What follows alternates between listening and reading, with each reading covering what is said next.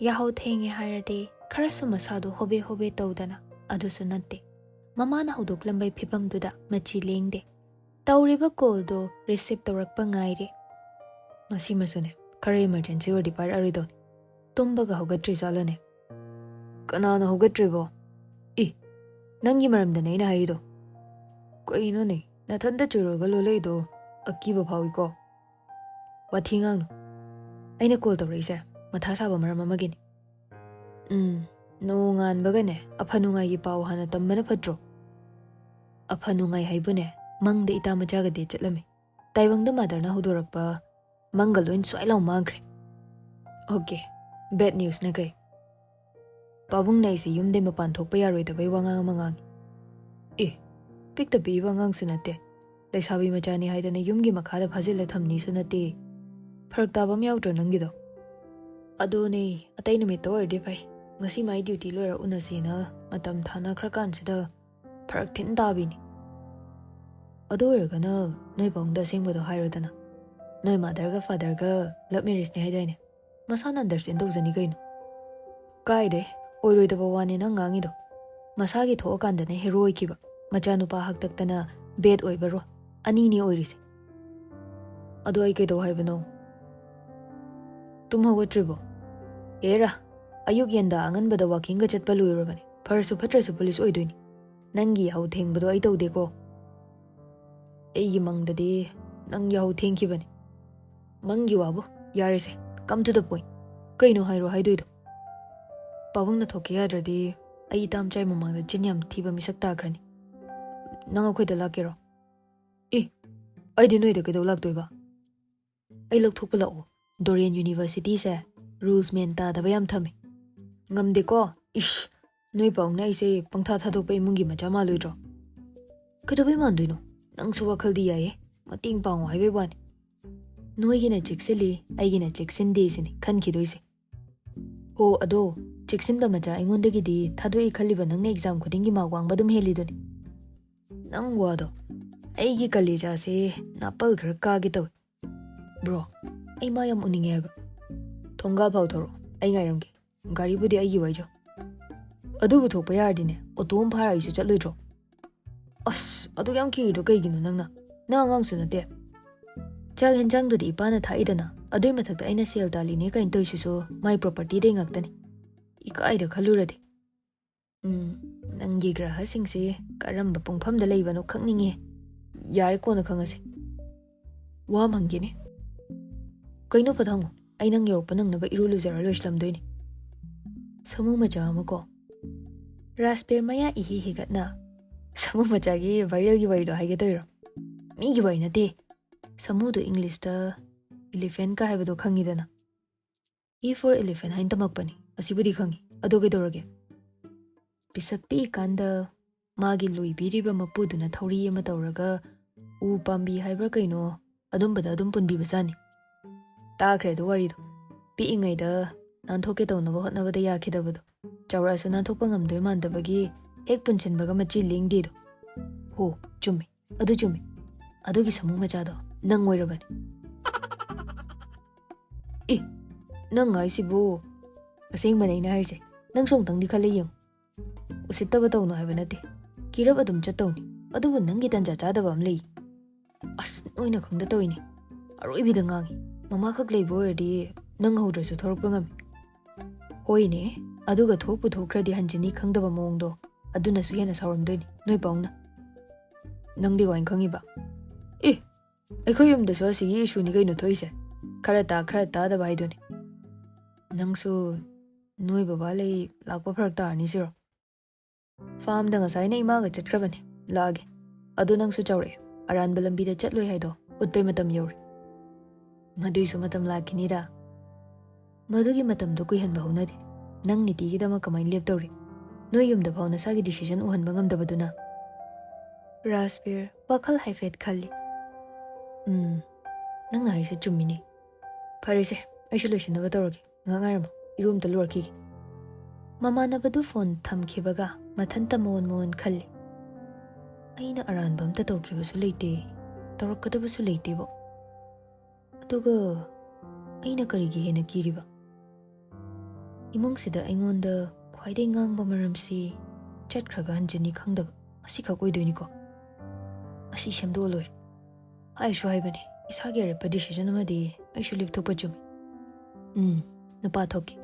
Thabak aruba lei haraga hekta yumdai thwa loi. Full confidence tani bathroom mai kai pangkhrido. Kitchen dana mamado chak charam daigi mapagi ngarodu sahalami. Thongi benchang sina dum yarabasida nangna tawrido wana banini mama. O moirangdai ngayon bila ame ukabi se yam phajai na lahobani. Moi paungga na chanupaga bizagena. Nangsu chathoknaba tawsi. Chak aingba chaba hakchangda kaisu kanaba nateko. Mamta ngaro hapa plate tu thambaga kai awat apa yengamkhige aduga charage. Watre loina sure. Ngasidine punna chaksa chahusi. Nahan khaidi thabak ne kaine ekta chaminaba phangde. Mamta su chair da famthai. Kengoi se so hek mapa chana thengna dana bazar dei leire ini. Chekon gi awang sarukta khra chongbani. Mathang chatpade hek pirake. Adudi thoibade hek lobo haiba yaine. Mase chathokta leyansi. Pakhon gamta sijiluki ko. Mamta su chak tu saina pakhum pirai. Noi haina joko.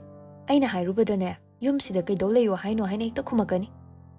Dukan gi pochai phangi. Aingonda loina update. Manager duna piraklib. Thika gi so aingonda ngaktani. Pau phaurakpa. Hoi. Magi haibu. Chekon gi manager paisa khara chaba pharak tabadumadi yengsinbada kane. Thabaki wabu. Sum chatlaga haijarakadabani kaidorage. Hai. Hayengda ngair. Lakpasu police exam haidoklagane thabak tawgrani. Debechu masagi thabam tawri. Nacha anupasi khaknini pharak tarise. Ho masune hojikan gi exam singdo thajillo haina taksilage ai. Oiroidaba wani ko. Masada karino pamlise haiba ma ikhang khangdi. Aikhoina khudombi thellaga sum chatpadunadi yadoina tini mama. Mayambada wari sabada makhoigi post ahangba kauradi asisu khara namsin hausi wa hudokpa tari. Yarakpri yeng migi central post tuda. Adu hoiragana makhoi paunggi mantri MLA sangha khaiduda hairaga maga chanadauba thabak ama hapadi. Aisu khallibani. Contract oirsu kauradi masi namdana thabak tawhallagena. Nacha animakna thabak tawkhradine imungi business singsina kamain tawba. Mahut silhaunaba MBA phau tamba loihalle thoibase. Adugu interest utrisini mama. Yarese mai warise tokse. Ngarose hautro. Chak puk thanna chathoklagane hasmala oinaba adum kandoina sasi. Nangna ngangbasima. Nacha nupa atombasi nangi natrang chatpisi laurabani. Mamta karimna na paukhom pirakli. Natrang chatpi aise leirambagine imungse imungoina palibase. Oida sum haibani. Chasilu. Kanghau sisu yam hawi ngasidi. Ho sisune khazing atek pa hek thengnadana mapa chana leihorini. Muirangi ngayon bisi loina banungai. Makhal matheldi mana loina puraine.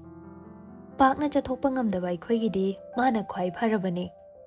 Ngahakki mamangda nupa thoklani khankiba nupado. Mama mapado chak chaduna leirambadu ubada haifet khautak chaduna khongthangdu chap lepe. Mamta mabu uraduna. Hai, sangom aronba kuppaga leirabani. Yerum aputpado maku khokdribani. Chak su loire. Punna chabana di phabani. Yahauna thengna hogatlaga kadaidai chak chaningdoinoda. Oiroidaba wani. Rasber WakhaLdana thabak aruba malai hairage. Ainupa thoktaba yade. Thoiba, karino lepaga leidubo. Tumsit phadrabo nangbo. Ha, phaida. Kokta kainum sum khanba. Kaida kaidoba chatsigi khanba oirinine. Hera, chadoido dum chaw. Haba tare makhoi pau. Machanupada onsillaga. Gi khasik hapatan akangbadugane mairen saktuga chaw. Kayam hauge yengo. Rasber breakfast item da munna yengaga. Sidi aigi pamjabi ngagtani. Chasilu. Ngak leiraga mathakta leiriba gamla khaido makhong sombiyo. Adu loirakpada chak adum lamladon. Rasber fat khumlai. Ai thabam chatolei. Horen ngana hala tawrage. Wahaido khumdo khibaga miholdudi 100 meter race haido hangat handa chenba sanakre. WakhaLdana Chin khumlubrabu ai ngasi soiraroibo.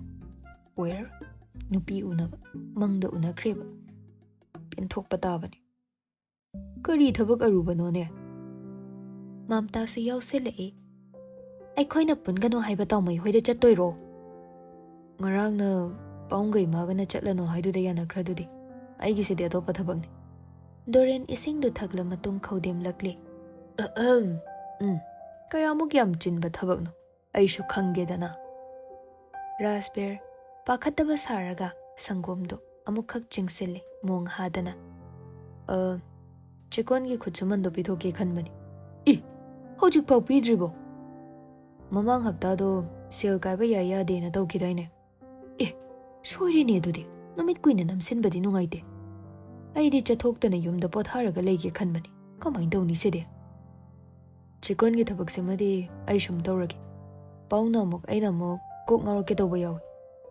Hoine sum thabak simai punaraga hairakadabani. Tawge tawjarasan. Pug thalakpa matang oibaga nakhoini yiwata sidi chak pug khangthan thangal eiko.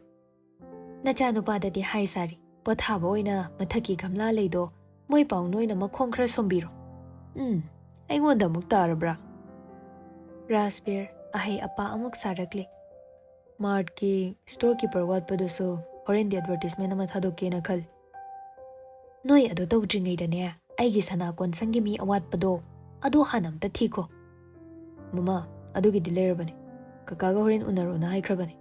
Phareda tolopna kaya saba na hainariba. Kay karamba thabak paidoino hana hangnaki. Aduga lepthoknaba tawragi. Doren mangakto nomlaga. Nangna shumnamai onsilakani ai thazadabani. Adubu phai kashu kaide. Icha thengasu thengna gyan tarakpa. Noi paungi mamida sumlaya ponteda. Icha sidine nangisuna thauna khar phudokadabani. Rasper haifam khangdana nungaibada awaba amadi yauri wakhalda.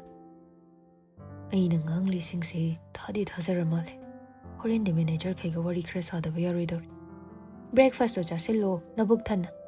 Horendine thabak mafamda lamakpa soiroi. Tanja phangba manghanba haunade. Breakfast tu nang horre matagum chanaba hotnabada phunge tawbado sangomdu fat thakchili. Mamit mana jab yungba makai hobe tawduna loishinnaba. Magi roomda amuk jangkre. Doren machagi matawda ingak ngakna. Karino ne? Nahan kaiga manadaba muunga may tawdro. Ay su khallibani. Ichase ay khoina pang chayda chaybiba sida ngawdawra male. Ngawdawbay muungdi ude. Thabak khara jinbay male. Ay shunaw kanglam jenba horakpada matha sakhibani. Ngarang namana thabak lay hairadi ngantana hodok piramdawni. Ay, masana masagi mathaw khangjadradi kharasu jinjaba tabani. Adutada thabak sindukpa hairakadabani ne. Rasper chanchat tawduna kitchen roomda amuk changai. Aduga, Mama, ay thoge, manam nambiro. Ngai khone he, khut kaung ta hamkige. Chekon ga dukan ga gi hisab to punsindanaba tawko thoiba. Hoi pang, ay phanaba silagi. Mamta machabu manam nambiraga. Thabak khara he kombaga ne yumda halaga ngahak pothanaba tawko. Hoi mama, ay chalukige. Doren ma thokibaga. Chak khara chajakradi padawni. Ho khut hamdokpiro. Chakring walamba soidre. Ay nadi nang nathanta phamhoba nungairoi na ngaibibay wani. Kon khara se phat phengdoklaga ne serial mathang manaw naina yengba haudoini. Nungaida ko nangi taibangse. Siday hena nungaiba malayradi madusu phangnaba hotnadoine. Bro! Haujiktani machanupa atomba thokibaga mama mapadu wari saba haurakpada. Mapalda mi kaurakpagi khonjelduda jab lepe. Arbiya, tabro! Bro! Doren phuk haugatuna makhut hamdoklaga. Nachanupagi mamanaba mali, ay kauksinbiruge. Ay dining table sitangne phat nanthokmagi, aduga thoraki.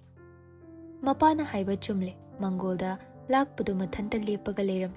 Doren mabu ubada, Ibungo, imungda changakpa yadro. Hana khangnadabasu nate. Mapanda sum lepa layridubu kaigino. Mapanda kanam layramdabaduda sum kaurakpanida. Lao, imungda phamsi.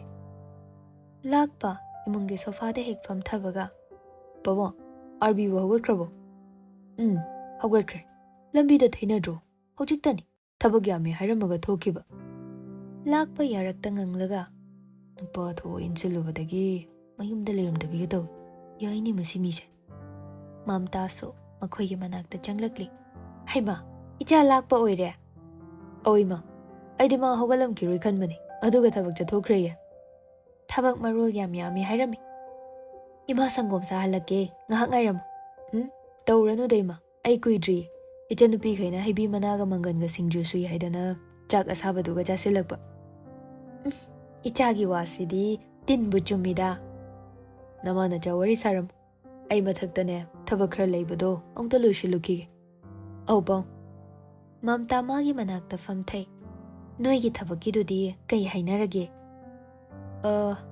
handak hapta sida haidoni de haibane ma adugi marol amta khangdok minaruse na ma howalaini isi phone tawsiludana panglap lapna leiramdoi mande tawraroige deima gari thauringai ko laksin base nungai tabani adoi ma di chak jarabo chare kengoi kangsoi ama ukabi atek pangaro ama kangho ama chaba loibada ngai thoibadi cha khoga yade haugat tangai baine breakfast budi chakre horen canteen da hobo mai jazasani kariya canteen da sorry dana aidi college ki canteen sum pan kibado leidol nap le hotel da hobo jazasani habani deima mapanda jababu kayam hauni gene ima hojikandi thaini hotel du natraban yumgi chak ensang mahau phangbo hotel yam leiri hais masidi noi pangdum hauraga nongma jaruba yaine chawima sathin haubani ekhoi baba ima sune tha amada murakti mapanda dum chai icha lakpase wakhal nungaiba wari nungaiba ngakta pure ma leitringai ne wam tang hogi hangoima aina khangboyari khumgi thoibasibu khangnaba nupiga leibro haidi koinabado leite daima koidabani mem sanado mana pambra malu hongba dairaba thoibane yumda inthi nungaina hanjini khangdrise lakpa ngakna madi nipaga hongkhradudi kaideino daima adumbamta leite aina di wakhalse pangsada sagatba samnabadi watpa tawrise ima ai walot pasupamti imana hangabani na hairage arbi na tanaba nupi madile wa kaideino kanai machano mamta irang mino kaloina na hanglakpani lakpana mama mapagi mamingdi khangde ado lamse karamba haidoino khangde haima lam ani ahum leiba kangbudu oirini as oiningbo oijasanuse hayeng luhongamdai kuthi yengbadane maikai khwai paknadawado khalaga borjatra tawhanba haiduni imai wakhal sinoi naisile nupi dudi thabaka tawbro sarkar gidi tawdabani ado sija hospital dadi pubani haima nurse lo natraga lab technician kaiduraba natte boima doctor nupi ne pg exam thani na honaribani haima magi phibam duda aidi nurse nupi phau phangloidra khalaga doctor nupi oiraba phare ne imung sida watpa madi menchilani aina haidoi hairadi pura lanta doijani koima ho maming dudine ai hangaroi gelo char lamduga natradine ai gi chinmen bangam da bisiga hekta palludoini hujiksu makha tage tawbado haiba yadaba wa oibana chaplepe mamta khangningna hujiksu kai dawraba lakpa wadu semtore nupido piji gi tang tabi khangdre khaide hujiksu koina bai mong ude ho masa masa yana jardi ka shukaide ngai ge ngai jasan mathamoi ani dudi sengnaraga mayana ba pujaraksani kai dawrage hoima kainomdi cha khodana nungai ba pau purak pagia ima hayengwai mangani jakobudane borgi nakanda phamaga nga tawbodo ani haphalagi masine he gang basidine adoima wari shinu ngai ma leitrabani na aishu thoknu ba tawrage ekhoi mamoi dai thanta phat haijilurage ho phasana chatlo nangi thabak haidok pai nungai ba pau phangbaga ne chak chara amadi chasiko hoi ma chase ekhoi da muk sida muk david hoi da ahum thokna chadoini wakhal ta ba mamana bani nupi unajar sanu matagum ꯃꯌꯨꯝꯗ ꯃꯥ ꯂꯥꯛꯑꯝꯃꯤ ꯐꯥꯎ ꯄꯥꯎ ꯄꯤꯕꯤꯗ꯭ꯔꯦ꯫